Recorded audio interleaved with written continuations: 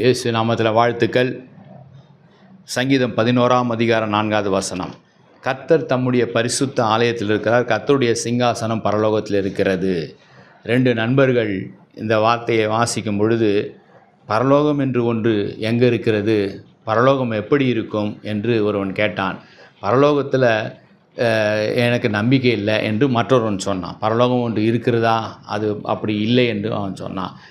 அப்போது இந்த நண்பன் சொன்னான், பரலோகம் இருக்கிறது, அங்கே நம்முடைய உண்டாக்கின கர்த்தர் இருக்கிறார் என்பது அது மாத்திரம்தான் எனக்கு தெரியும். எப்படி உனக்கு தெரியும் என்று இவர்கள் இப்படியாக பேசி கொண்டிருக்கும் பொழுதே அந்த அறையை ஒரு சத்தம், தட்டுகிற சத்தம் இவர்களுக்கு கேட்டது.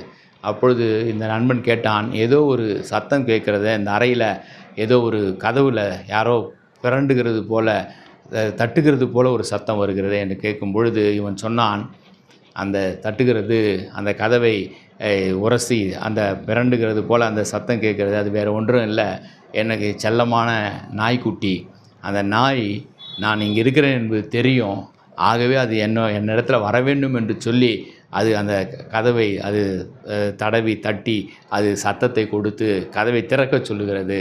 அந்த நாய்க்குட்டிக்கு தெரியும் எஜமானாகிய நான் இங்கே இருக்கிறேன் என்று, ஆகவே அது உள்ளே வருவதற்கு இந்த காரியத்தை செய்கிறது என்று சொன்னானா. இதை போலத்தான் பரலோகம் என்று ஒன்று இருக்கிறது. என்னை நேசிக்கிறவங்க இருக்கிறாரு, அது எனக்கு தெரிந்தால் போதும். நான் அதுக்குள்ளே செல்வதற்கு நான் ஆயத்தமாகி கொண்டிருக்கிறேன், அது எனக்கு தெரிந்தால் போதும்.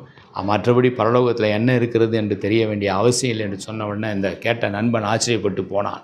ஆக இந்த வசனமும் அப்படி தான் சொல்லுகிறது. கர்த்தர் தம்முடைய பரிசுத்த ஆலயத்திலும் இருக்கிறாரு, கர்த்தருடைய சிங்காசனம் பரலோகத்தில் இருக்கிறது. பரலோகத்தில் இருக்கிற அவர் சிங்காசனத்தில் வீற்றிருக்கு, அது எனக்கு தெரிந்தால் போதும், அதை அறிந்தால் போதும். என் ஆண்டவர் என்னை அனுப்பினவர், என்னை படைத்தவர், என்னை உருவாக்கினவர், இந்த உலகத்தில் என்னை அனுப்பியிருக்கிறார் ஒரு நோக்கத்தோடு. இந்த நோக்கங்களை முடித்த உடனே நான் மீண்டும் அவரிடத்தில் போவதற்கு நான் ஆயத்தப்படுத்தி கொண்டிருக்கிறேன்.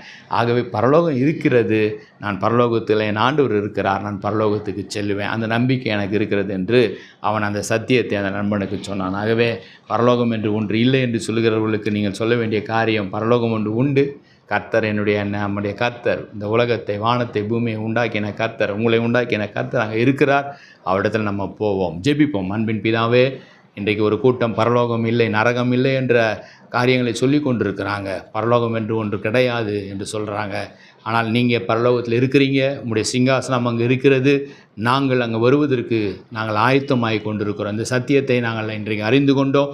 அநேகருக்கு இதை நாங்கள் அறிவிப்போம். ஆசீர்வதிங்க, பலப்படுத்துங்க, கிருபைக்குள்ளே மூடிக்கொள்ளுங்க. இயேசு முடிஞ்சவங்க நல்ல பிதாவே, ஆமேன். God bless you.